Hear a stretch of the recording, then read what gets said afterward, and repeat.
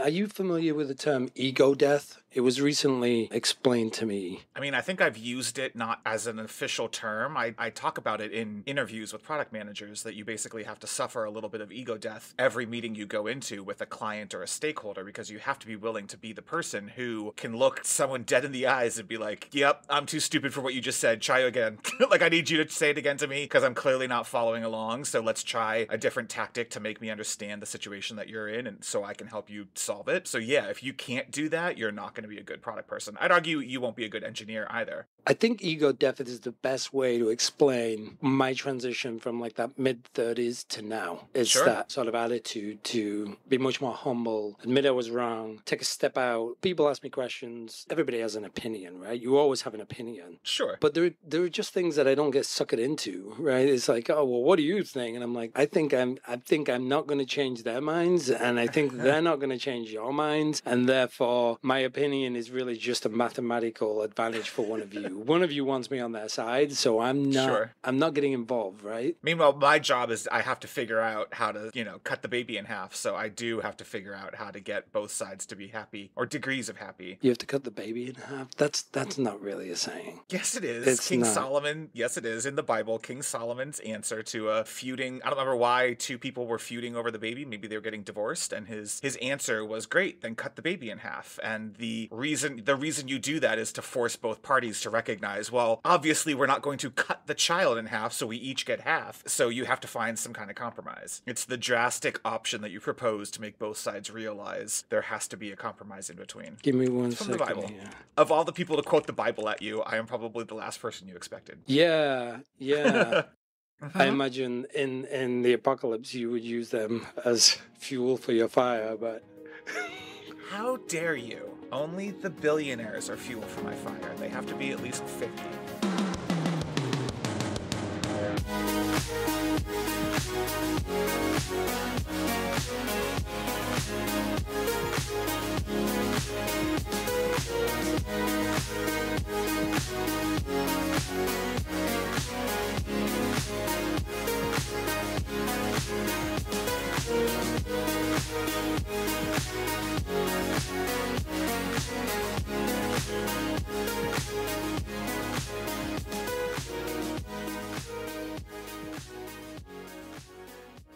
Welcome to Acceptance Criteria, where we talk about the good, the bad, and the ugly of how software gets made and how we can all do a better job together. My name is Kevin Thomas Euland, and across the chat from me is Andrew Greener. Say hi, Andrew. hi, Andrew. We're also here to get deeper on the human elements. I could go on for an eternity about people and how they think about the process of building complex systems. And I can't think of two better people to do that than Kevin and I. Which is why we're desperately looking for people to come be guests on the show. If you have a topic you'd love to rant about and want to come be our third chair for one or more episodes, just drop us a note. Also, a friendly reminder that we are always interested in hearing questions directly from you, our listeners, for our segment User Stories. If you've got a scenario you'd like help with, whether it's working with an engineering or product team member, trying to figure out how to solve an agile process problem, or you just can't understand why your favorite app updated everything and it's now terrible, we're here to talk it through with you. You can send those questions to acceptancepod@gmail.com or submit them on the Discord in the User Stories channel, and we might be able to help on a future episode. And we're happy to keep it anonymous so no one can trace it back to you if you end up talking a coworker or something. On this week's show, we've got a number of different user stories and scenarios we do want to talk through, as well as some news items. It'll be a quick grab bag of an episode. That's your cue for any banter or things we should say before we dive into the episode. Yeah. Where's this year gone? It's April? How is it possibly April? It is freaking insane that it's April. I feel horribly behind. Oh, I can vouch for that. I can vouch for you. Being horribly behind? Yeah. Thanks. I feel like I'm one of the things that's holding you back. So there we go. I But mean... wow. But before we... Yeah. Listen, this vendor evaluation has taken 3 months. I'm not saying it's your fault. It's just insane. Wow. But before we get to all of that, let's take a short break and we'll be right back. All right, welcome back. This is a segment we like to call User Stories, where we'll eventually, hopefully, be answering questions that you, the listeners, send in. But for now, I think we found some interesting questions on Quora and Reddit that we can tackle. So today's first question comes from a scientist, Lizzie Moon 89 on Reddit, whose boss has tried to implement Scrum for their team. The question is called Daily Stand-Up Feels Like Micromanaging. They go on to describe that they work on a team of 3 people. They are solving science problems and some database and data collection problems, and recently introduced daily stand-ups. And their feeling of it is being micromanaged and, getting into the practice of answering the question of what you did yesterday and what you're going to do today seems to have had a serious negative impact on their mental health. I don't know if it's a she. I'm going by Lizzie Moon, but I'll just say they. They say, I'm a very experienced scientist. I can see the value in daily stand-ups in software development, but for science problems, I think it breaks the workers who have to do it. The boss apparently is insisting that agile is great and can solve their problems too, and they're just sort of struggling with it. And some of the comments go in the Reddit thread, talk about, why stand-up can be great, but I do think this is a good example. One, agile and Scrum getting used everywhere. We go back to that agile episode where we talk about people have turned agile and Scrum into this cure-all that's going to solve any team in any industry's problems. And there's parts of it that could, except you're going to try to take a 2-day certified Scrum Master who's going to try to apply the letter of the law, which is weird because there's no letter of the law. It's a weird thing we've talked about in the past episode. But I can see a benefit to a team having a ceremony like this where the goal is to say, hey, what's going on? And it's partly, at least in my experience, it's partly for a little bit the manager to say like, hey, what's the pace of this person? How are they making progress on their stuff? Do I need to help them in any way? And it is to explicitly say, do you have blockers? Is there a reason you can't get this thing done? What do we need to do? Do you need to ask somebody a question? Hopefully you would have asked the person a question the day before when it blocked you. I don't know. A stand-up to me kind of makes sense, but also I feel like a bunch of the stuff that happens in a stand-up, I don't know why you need to wait until the following morning at 10 a.m. to talk through some of that stuff. Why aren't you just hitting up a person and saying, hey, I'm blocked by this thing I don't understand. Can we hop on a call for 30 minutes and talk through it? I don't know. I go back and forth on whether stand-ups accomplish what they're supposed to. You sound like you've had positive experiences with them. It's definitely environmental, right? And it's also, if the team you're on is not finding any value out of them, then you could also argue a small team like that, if everybody's rejecting the idea, then why bother, right? If it's causing, right. Certainly I've never been in a situation where it was causing me stress. Yeah. So I'd say the original question, you'd examine it, and maybe if 2 of the team members are enjoying it and the other one's stressed by it, maybe the format is wrong. And then you go back to, well, you can just make small incremental changes and see if you like it. Hey, let's try doing, let's changing the format of the way we give our status, what I did, what I'm doing, what I'm going to, what I'm going to be doing. Mad Glad is another example of meetings where I've seen people sort of love it or hate it, right? The end of the sprint, like the retrospective. I've had a positive experience, but I'm a people person. Maybe I overcomplicate the chemistry of the team, but what I like about stand-up is it's the opportunity to put the 2 people who don't work together throughout the week in the same room and get like a collective opinion on something I'm doing. So it's not me micromanaging them. It's me saying, hey, I really like the input, but your input is always better when that person's here. So I like the chemistry of like sticking the team in a jar for 15 to 20 minutes and just airing everything. Doesn't that requires a manager who's done a good job making sure that everyone in those meetings is engaged and feels welcome to contribute. If you're on a team where it's not clear to you that the goal is, hey, I'm listening to Andrew describe this thing that he's working on. I did a similar thing at a company 3 years ago. Here's the pitfall I want him to avoid, and being able to speak up and not have it come across as like me correcting Andrew. I'm the junior engineer and he's the senior engineer. Like, you have to build the culture that makes that stand-up effective, right? Absolutely, yeah. And let's go into some examples, right? Though I'm not necessarily micromanaging, but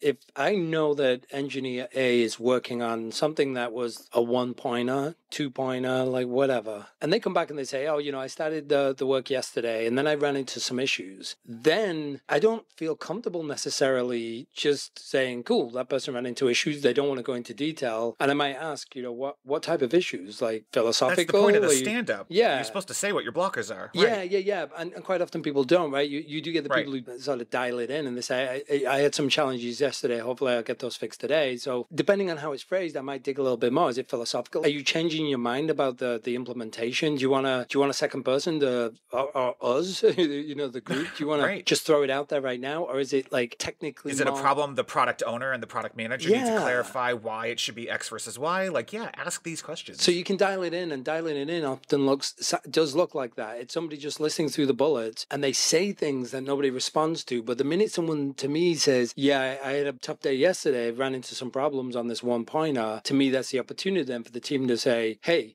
can we support you, right? And you don't get to, and certainly now with the new remote work, you don't necessarily have that climate for the rest of the day, sometimes for the rest of the week, right? Without that stand-up. So I just have always had a positive experience connecting with people throughout the day, right? Well, and it feels like if this person is saying like it's giving them it has a negative impact on their mental health, the sort of being put on the spot. Did you accomplish what you were supposed to accomplish yesterday? Are you going to meet tomorrow's deadline? And are you on, like, if you're doing the stand-up badly, then it can feel like an interrogation. And the goal is not to micromanage. The goal is not for your boss to be like, well, you told me it was going to be done by Thursday and it's now Wednesday. Are you going to hit tomorrow's deadline? Like, that is a thing that as a manager, I'm probably going to be looking for, but it's engineering especially, and I would imagine science. I know for a fact data science is especially difficult to estimate, and you run into things all the time. So there's like, it feels like some of this falls on the manager, or depending on your team structure, the scrum master, who might be doing some of that interrogation tactics. But you're doing it wrong if you're creating mental health issues for your team members, right? Like, if it doesn't feel like it is a collaborative space in which people can identify why they are,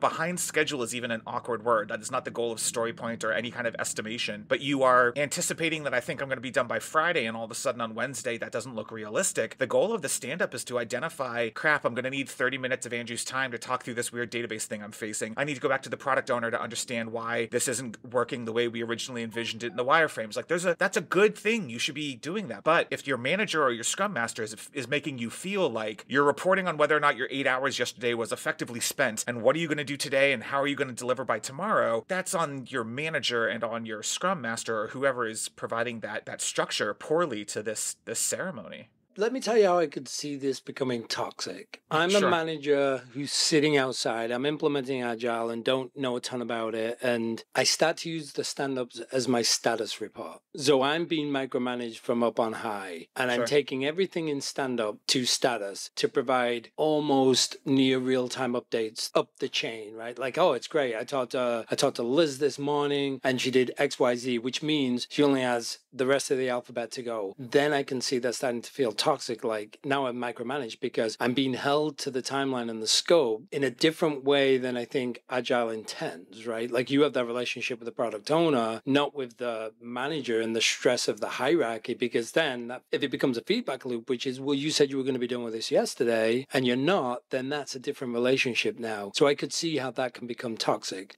Let me flip that into the positive side. I've always viewed Agile as the first chart I see on the team, right? It's like walking into the knock and seeing green light, green light, green light, green light. Like, I physically notice, and when there's a mental change in someone, I can tell, and we all have our cycles, right? We're all up and down, we're all tired. Sometimes that will drive into my one-on-ones, which are, hey, is everything okay? How you doing? And it might be a little bit more of a digging because and I got this from coaching, right? Like, nobody works really, or most people, I should say, don't work well under high anxiety. And that anxiety could be an external factor. So, hey, if things are not great and that's impacting your work, you got to take care of yourself, take care of your family.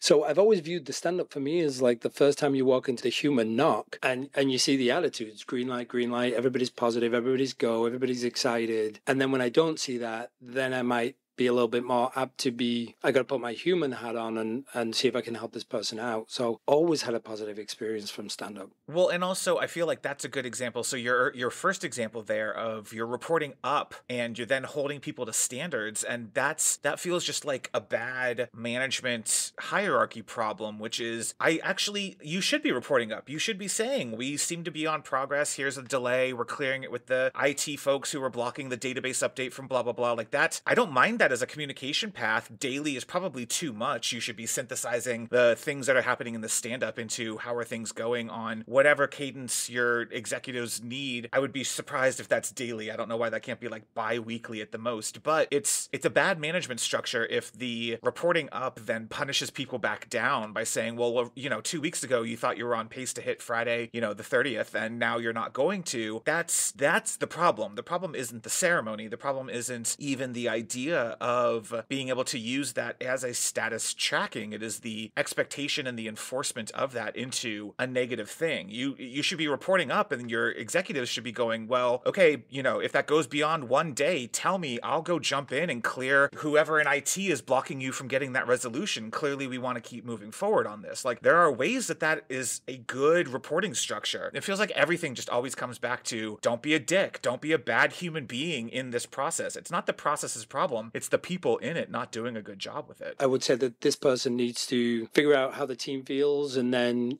make changes, make small changes, try things, change the format of it, and then even change the frequency of it and see how you feel. But yeah, no sense in being miserable, stressed about it. Which, by the way, we will beat the Agile Scrum topic to death, but that is inherent to both Agile and Scrum. You're supposed to be able to change it. Just because that's how you started doesn't mean that's how you have to keep doing it, and no one does that step. So point out to find that page in the Scrum handbook, find that principle in the Agile manifesto, and go to your manager and be like, this isn't working for all of us, so let's try something different. We're allowed to. Yeah, and it's not exactly the same, but I often think of, was it Apollo 13, the one that had the issues? And I think about the obviously I read some of the reports, but mainly based on the movie. I love the scenes where they take the one astronaut that couldn't go because he tested positive for measles and right. But they had him run through the process like a very NASA-esque sort of steps 1 to 500 of turning the system on, and he's like, we can't do that anymore because we need 4 amps, right? Like that's all we're going to get out of the battery. And it was like, what can we cut out of the process? What can we change? What can we do? He's like, we got to get these 4 amps, right? And I often think of that when I think about Agile, like people struggling to fit into this steps 1 to 500. And I'm like, you don't have to do that. Just right. Drop steps 350 to 375 because everybody bloody hates it. What's the problem? I think somebody said something recently to me, which is true for most things in life. Let's talk about the outcome. Let's talk about the outcome. Right. And then we'll start stressing about how we get there. And I find a lot of engineering teams actually can be the catalyst to this. They spend so much time talking about big process changes. And I'm like, does that impact the outcome? And I think they think it does, but they spend so much time talking about it. I'm not sure they really focus on the things that affect the business, like the business outcome, right? Right. Which, once again, I will remind people, you're going to be most successful when you include everyone on your team as part of that thought process. Everything should be all people involved, which means talk to your product person, talk to your UX people. They'll help you remember that there is a business problem that we're trying to solve at the end of the day. So if that's not your first, I would not expect an engineer's first thought process to be, what is my outcome? I would expect an engineer's first thought process to be, how do I solve a problem? And product people and UX people and QA people, a lot of other team members are much more solution oriented, and that's not criticism of anyone in that sentence. And so engineers shouldn't feel like they're alone in this. You should make sure, this is why, again, I will talk about Marty Kagan for as long as I can, the idea that these things are squads of people across multiple disciplines are all responsible for this, and you should find the process that works for all of you. Don't feel like you're alone in this. It's not just on your shoulders. Anyway, I feel like we're gonna have to rewrite the Agile Manifesto one of these days and go back to the Agile Reformation topic, and it's going to include entire org changes because I don't think teams work correctly today at all. You know who I'd really love to talk to is the group that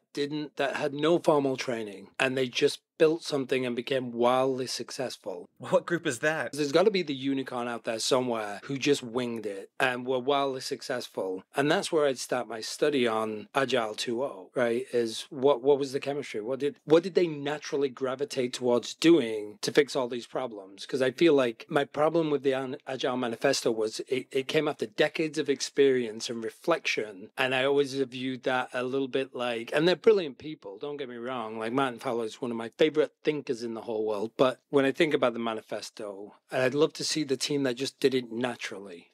They're out there somewhere. Well, speaking of doing it unnaturally, there's a thing called PI planning, which is part of the Scaled Agile Framework, or SAFe. And the next question comes from Commandeer7158, which I think is one of those just auto-generated Reddit usernames, saying, how are engineers involved in your PI planning? What role do they and should they play? So for anyone who doesn't know, in SAFe, PI planning is this quarterly exercise where you try to plan out the quarter. I go back and forth. Agile isn't necessarily anti-planning. It is anti-resistance to change. And so I'm sure 30 Agile diehards all just flipped their computers or screeched their car to a halt or turned the podcast off for disagreeing with that. But there's a version in which quarterly planning isn't terrible as long as you're allowed to make changes, but I don't think it really works. And so there's this idea called PI planning, which is it's this quarterly planning exercise. And the way you typically see it happen is a bunch of product managers go and decide what they want to work on for the next quarter. They go through whatever prioritization exercise they're going to go through. And then the engineering teams are told, hey, here's what you're going to work on for the next quarter. Go and figure out your effort estimates. And they go and do a bunch of estimation and try to put together,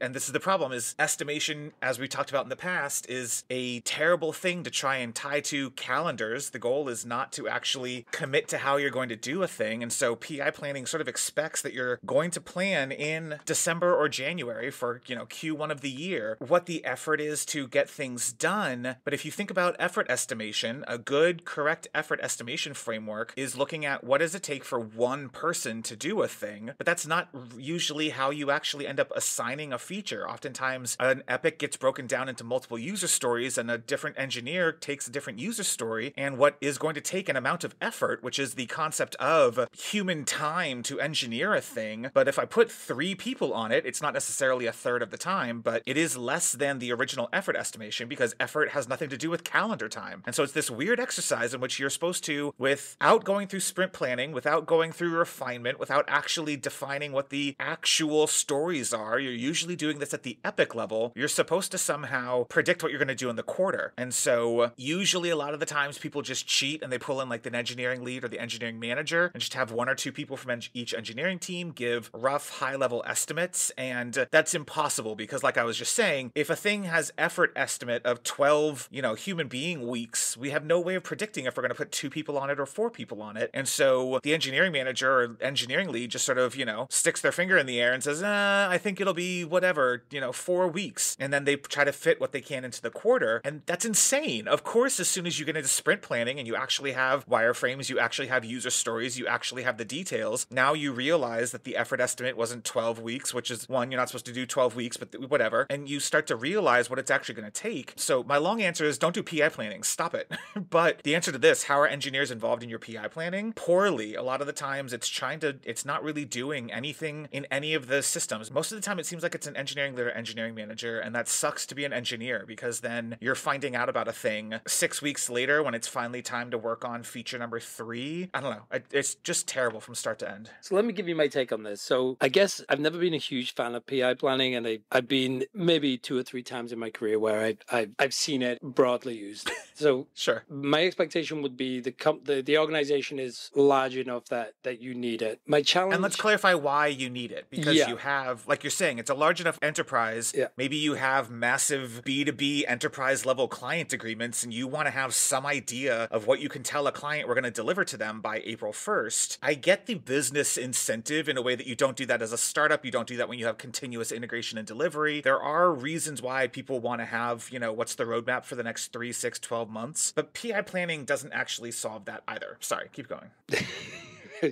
Wow, I can see this one.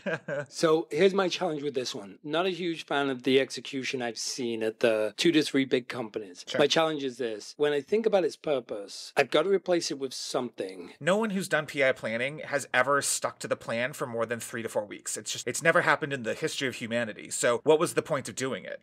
No, that's absolutely true. PI planning sessions I've been in, they never yield the result that you're looking for. No. So you immediately get derailed. Immediately something within 2 or 3 weeks comes in and derails you. And that's actually good, kind of. You're supposed to be agile. You're supposed to be responsive. But then why did you go through this entire exercise? So the original question was actually the engineer's role in all of this. So we pretty much decided and communicated how you and I don't seem to love our experiences of PI planning, at least the execution of it. But that's because engineers aren't involved enough. So my answer is because a lot of the times it is like an engineering manager or an engineering lead kind of talking with the product manager and product owner and being like, I don't know, 4 weeks.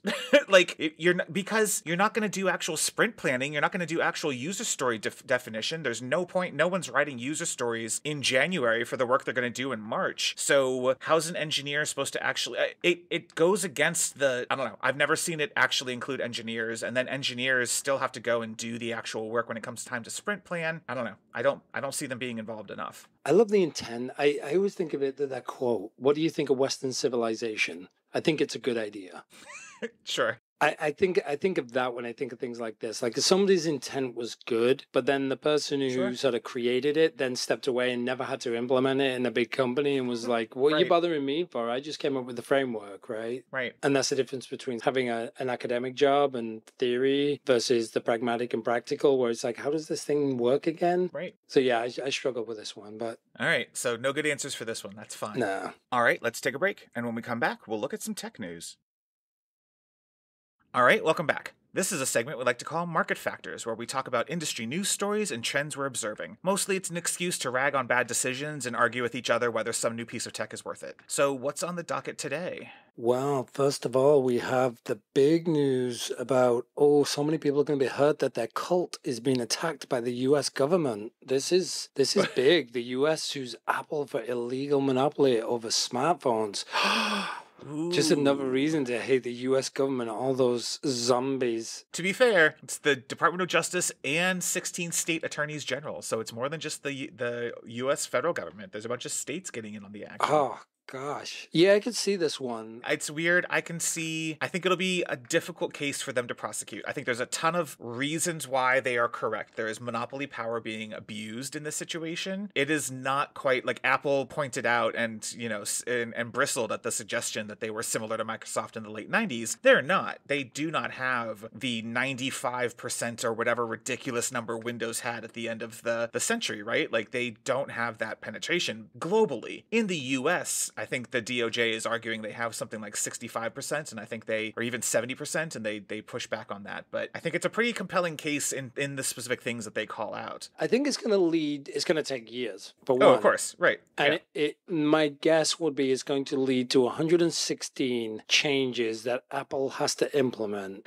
Right. So forgetting the penalty for all of this. I do believe that Apple's going to come out with 116 things that they're going to do differently, of which only 16 will actually happen, right? And then sure. the rest will disappear into the ether. But let's go through a list of some of the things they've been accused of. What exactly did they do? So the quote from the DOJ is, Apple exercises its monopoly power to extract more money from consumers, developers, content creators, artists, publishers, small businesses, and merchants, among others. And so they go through and list all of the different ways that they have alleged evidence for that. So they weren't just screwing like other businesses and other content creators, they were actually screwing their own consumers. Right, and that is actually, I mean, you could argue that was part of the reason that the DOJ went after Microsoft, but a huge part of the reason the DOJ went after Microsoft was Windows monopoly power was blocking out Apple and Linux and other things, was blocking out Office competitors, was blocking out browser competitors.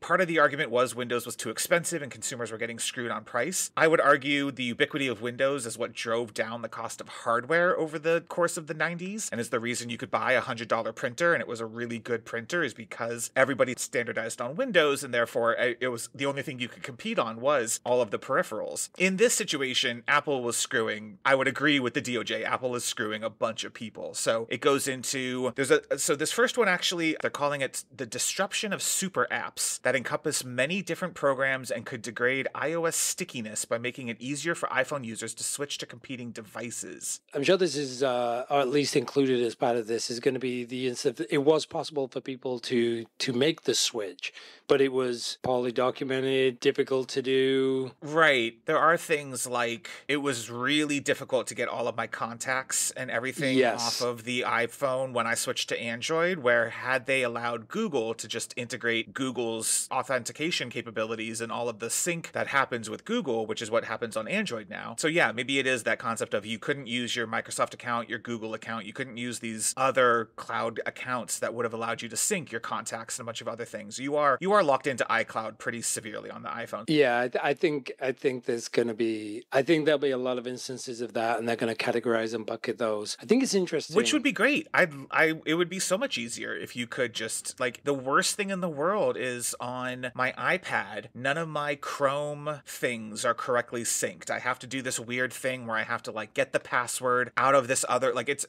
a really annoying thing to get a bunch of stuff synchronized on the iPad, and it would be nice if they just lowered that barrier. Yeah, agreed. What's next on the list? Where are the bodies hidden? Where's the real serious crimes? Well, so the next one, I'm not sure. Blocking cloud streaming apps for things like video games that would lower the need for more expensive hardware. So cloud streaming apps like Steam? I don't know that, like, I'm not sure what, for things like video games that would lower the need for more expensive hardware. So they're saying, I don't know, is this supposed to be saying that what's the Apple Game Center thing called? Like the fact that there's a bunch of games that are exclusively on Apple games and you can't play them anywhere else, and that's trying to, like, lock you. I don't know. Yeah, this one, I don't know that Merrick Garland is starting off strong with these bullet points here. Sorry, but LinkedIn have more reason to be in gaming than Apple.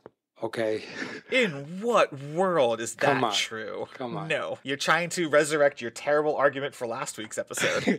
I tell you, they have no... Name me an Apple game without searching. One Apple game. I mean, I haven't had an iPhone in forever, so I'm not the right person to do that. The Apple gaming ecosystem is massive. There are video game podcasts that I listen to that get yelled at by their users because they don't cover enough iOS games, because it is a massive market. Maybe we need to read the official... The actual DOJ thing. Yeah. We need to look at the court filing. The next three make sense to me. So the next one is suppressing the quality of messaging between the iPhone and competing platforms like Android. I am tired of being the butt of the friend chat where everyone else is on an iPhone and I'm the one causing it to be a weird different type of group chat, and my little balloon is in green. It's annoying. I would like it to be better. And allegedly Apple is saying that Google is saying that Apple is saying that they're going to do RCS, which is the messaging standard, and that's going to come to iPhone in an update later this year. But yeah, it sucks. Being the iMessage limitation is really annoying. The next one is limiting the functionality of third-party smartwatches with its iPhones and making it harder for Apple Watch users to switch from the iPhone due to compatibility issues. This one seems like total nonsense on Apple's part. I read Apple's press release about, there's like security and other weird reasons why we can't make the Apple Watch work with your Android, and it's like, no, no, that's not true at all. Android has a ton of SDKs. You absolutely could have made that work. You're purely doing it for the sake of staying in your own ecosystem. Okay, let me jump in on the last two. So the one before, suppressing the quality of messaging between iPhone and Android, I don't know. Maybe I'm in that weird bracket of being a techie, but being old enough that I don't give a shit. Oh, there's my beep. There's my beep for the episode, right? Like, I have never, ever, ever look to the quality of my messaging. So is this where you admit you don't have enough friends because you're not in enough group chats that you can notice how really terrible it is? But wait a minute. Like, who is messaging between iPhone and like everyone? Any text message. No, that's what I mean though. Who's text messaging these days? Come on. Are you on WhatsApp and Telegram? Come on. Why are you like text messaging? Maybe I'm not. Maybe I'm like more advanced. I was thinking I was old fashioned and I'm just like missing the point. You might be the rare Gen Xer who's ahead of the curve. Millennials have group threads with their friends over, Oh my gosh. So stop text messaging, okay, and then that goes away. Limiting the functionality of third-party smartwatches again. I don't know if I agree with this one. I don't know if you because you're saying that Apple need to go and implement SDKs to make their device work with other companies' devices. I'm not sure I agree with that one. In a time when companies are laying off and we're telling them like, we want to run lean, but by the way, now you have to go implement this SDK to 15 other manufacturers' devices because because you're providing an operating system platform that should. This is why Microsoft was beloved by its partners, and most of them kind of just shrugged at the monopoly power that they exerted just on the OS. Because when you're providing this much control over the foundational thing that all users are doing, being interoperable with the hardware is good. Actually, it is good for the consumer. It is good for market competition. It would drive down the price of the Apple Watch. It would drive up the functionality of the Apple Watch. Competition is always good. Capitalism alleges that competition is always good. Modern capitalism is about maintaining monopoly power. So of course Apple doesn't want to do this. But no, this is the kind of thing that I fully think we should be expecting hardware interoperability between everybody. We're just not going to agree on this one. Yeah, I can't believe I'm defending Apple here. Like, and trust me, I do like. I don't love or hate Apple.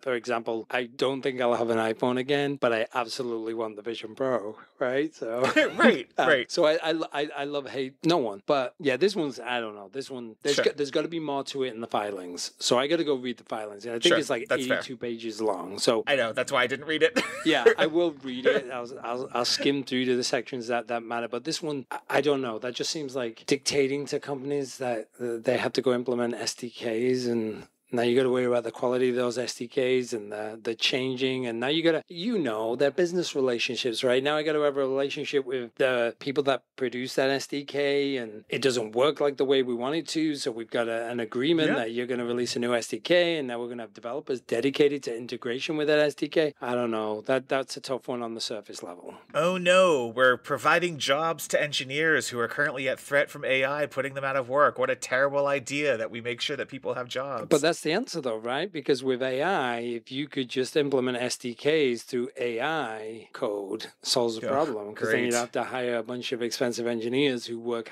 not even half, at 1/10 the speed.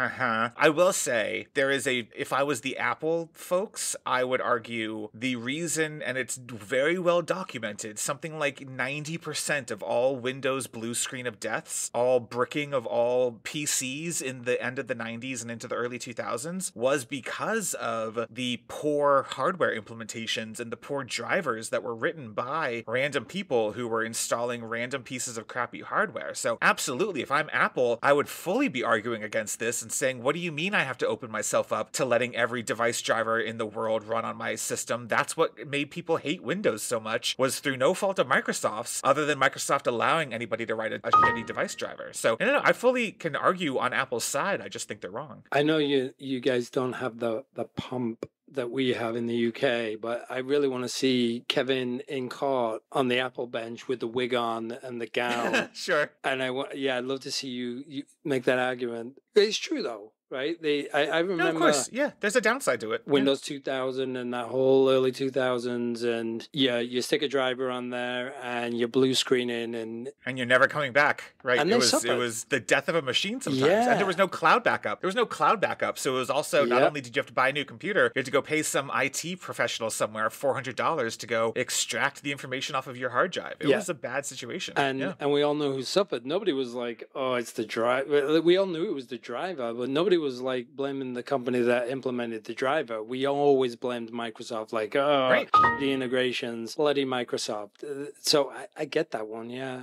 Which is why you don't have blue screen of death on Windows anymore, because they went to driver signing, and so there is a solution to this. Apple can get around that. Should they have to, though? Anyway. Yes. The final one on the list is blocking third-party developers from creating competing digital wallets with tap-to-pay functionality for the iPhone. I'm also curious if the App Store in general is part of it wasn't in the bullet points from the article, but the blocking competing digital wallets, you also are blocked from doing a competing browser. Technically, you can run Chrome or Firefox or whatever on iPhone, but you're not running Chrome's rendering engine. You're running Chrome's like wrapper around the iOS rendering engine, which doesn't necessarily matter a ton anymore, but it is a weird limitation that we're stuck with that. You're stuck with the App Store, although not in Europe. Europe is going to make them change that. And then digital wallets, you can't really do Google Pay or anybody else. You have to use the Apple Pay. But it's interesting, again, this is like, I want to make sure the listeners understand, like, this is their consumers that are most impacted, right? We're not talking about people who are like on an Android getting upset with Apple. Like, a lot of the content in this filing is to protect Apple's consumers. I wonder how many of those people, one, will ever, I guarantee you, very low percentage will actually ever read the full extent of the filings. Sure. But I wonder how many of them actually give a crap. But that is the pernicious part of monopoly power, is people aren't even aware that they're being screwed. So it's not clear to anybody that because Apple charges 15 to 30% of every transaction that a company does through the App Store, because you don't have competition within the ability to have different mobile pay solutions, you have no way of knowing that the rates that you're being charged, the fees that you're being charged, are artificially high. Monopoly power masks that from you. No one knew whether or not Windows was worth the $150 or whatever it was that you were being surcharged when you bought a new PC, because there was no alternative. So monopolies disincentivize consumer knowledge because you have no alternative. So the government coming in and saying you need to give people choice so that you can discover, actually, hey, turns out every time I use Google Pay, I only get a 2% charge, and every time I use Apple Pay, I get a 3% charge. People start to notice that kind of stuff. Well, let me read a quote of a user who has since deleted their account on Reddit, and I wonder how many Apple consumers think this way.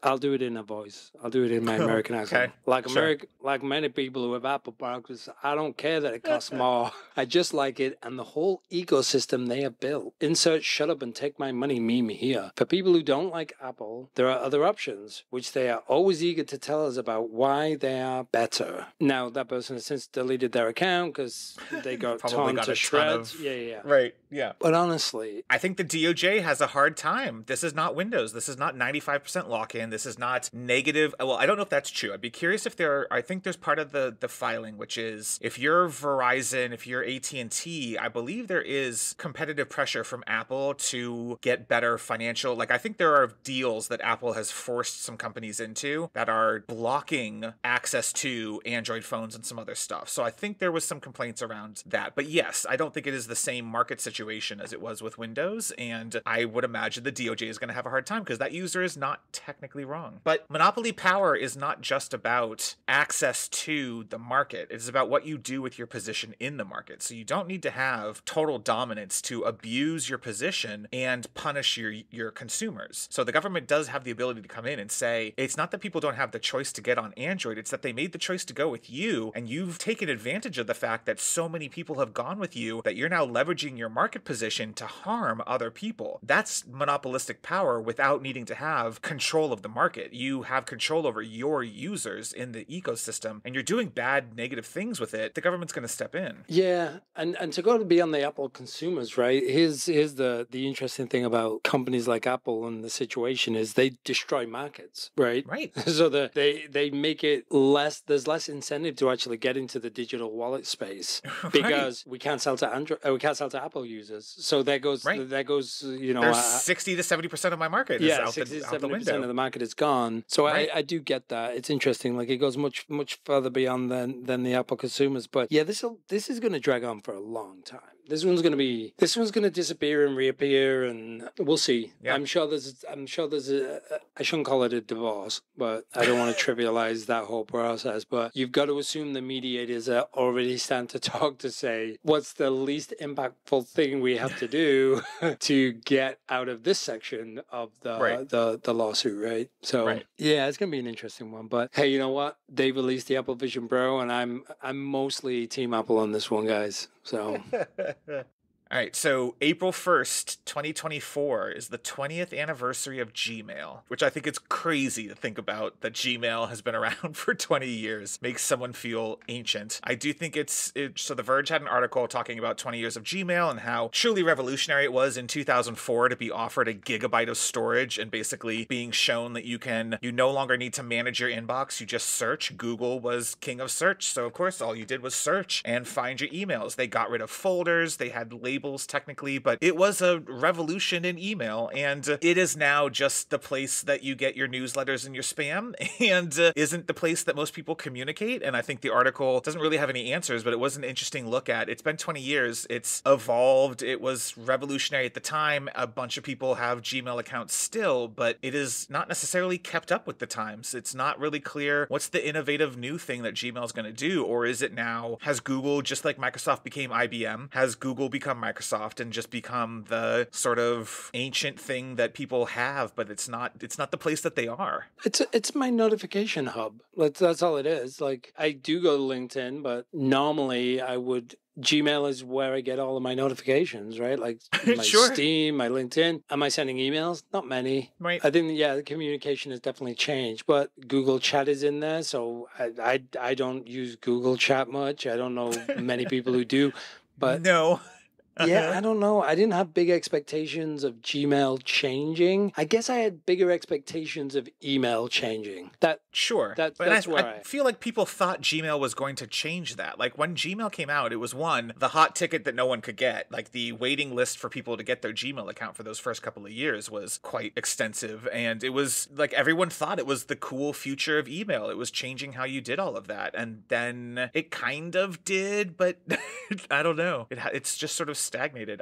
To your point, maybe you didn't have expectations that it was going to do anything more, but it came out of the gate so strong that I can kind of see the point of the article. Like it has sort of settled into, it's 20 years old. Like it's infrastructure tech. It's not like innovative tech. I think we'd be having a very different conversation if Google weren't so compartmentalized with their solutions, right? Like it's typical. Amazon's the same and Microsoft Cloud Services the same. Like they feel fragmented. Like you just want this service where you need 12 others to actually build the thing they're showing you in the article. And Google's applications are somewhat like that, right? So I think email has to go through an evolution for Gmail to change. I don't know if I ever thought Google would change email, because I think about it today, like the way I talk to the parents of the kids I coach, it's through an app, it's through WhatsApp, it's through, and even then they're like, hey, can we all use WhatsApp?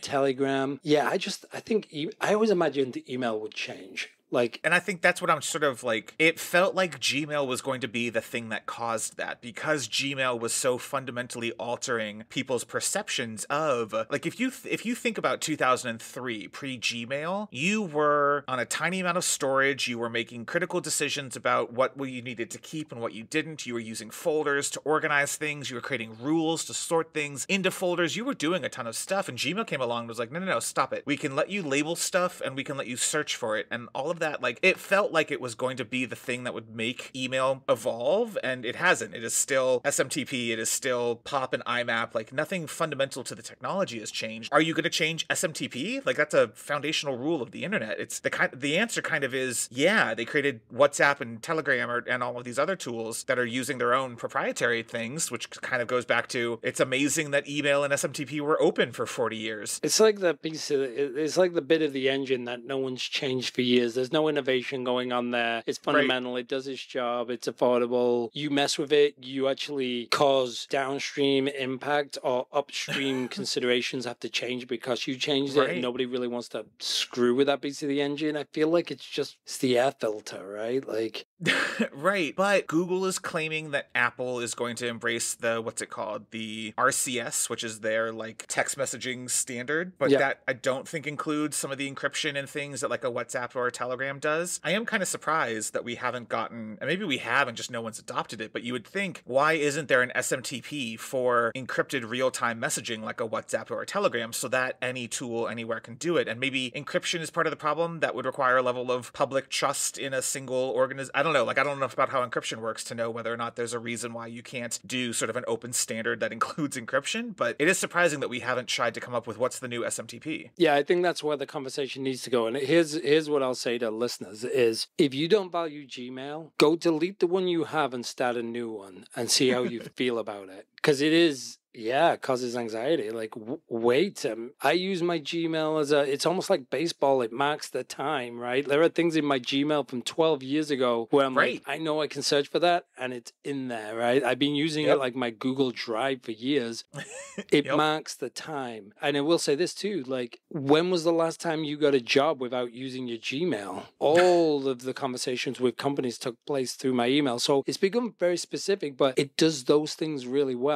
All right, well, that's going to do it for us on this episode of Acceptance Criteria. If you liked what you heard, maybe go and drop 5 stars on Apple Podcasts or Spotify and leave us a nice review. And if you didn't like what you heard, remember the name of the podcast is Not Another D&D Podcast. Also tell your friends if you like the show and that they should check it out. Some of the best podcasts out there grow by word of mouth, and we'd much appreciate it. To read articles that we've written on similar topics to the ones we talk about here, head over to the blog at acceptancepod.com. You can also follow us on most apps. We're at AcceptancePod. We'll post links to show notes and any articles from the blog over there. We're also building a community on Reddit at r/acceptance criteria and on Discord. You can find links to both in the show notes and on the blog, and I promise we'll be moderating the crap out of them to keep it a nice little slice of the internet. For now, I'm Kevin Thomas Euland, and you can find me on most apps at kthomaseuland. That's ULLAND. And I'm Andrew Greener, and you can find me on most apps at Criteria Greener. That's GREINER. And this has been Acceptance Criteria. Thank you for listening, and we look forward to hearing from you soon.